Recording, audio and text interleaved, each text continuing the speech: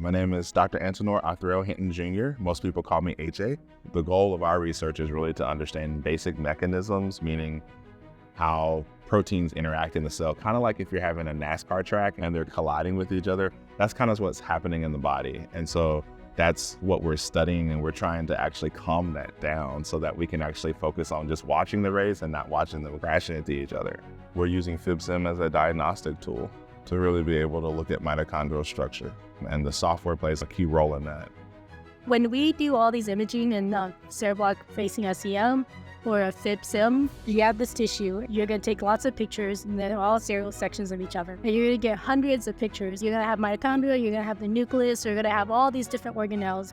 But what we want to do is that we take all these images, 200 to 300 images, and we put this into Amira.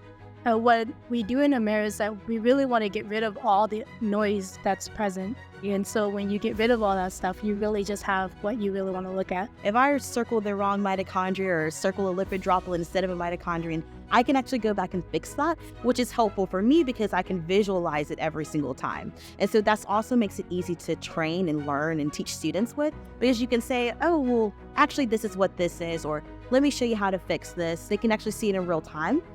It is still simple enough that we can have our undergraduate students, and we even have sometimes high school students come in, and we can teach them how to use the program, and then they can play an integral role in the science that we do. It has the ability to take the structures that we make and export files for 3D printing. So we can take these real-life, real-world examples of these cellular organelles, cellular components, and print them and use those as teaching tools in our outreaches. It's so beautiful because we can actually look at these things in 3D now. Who knew that mitochondria had more than one form and function, right?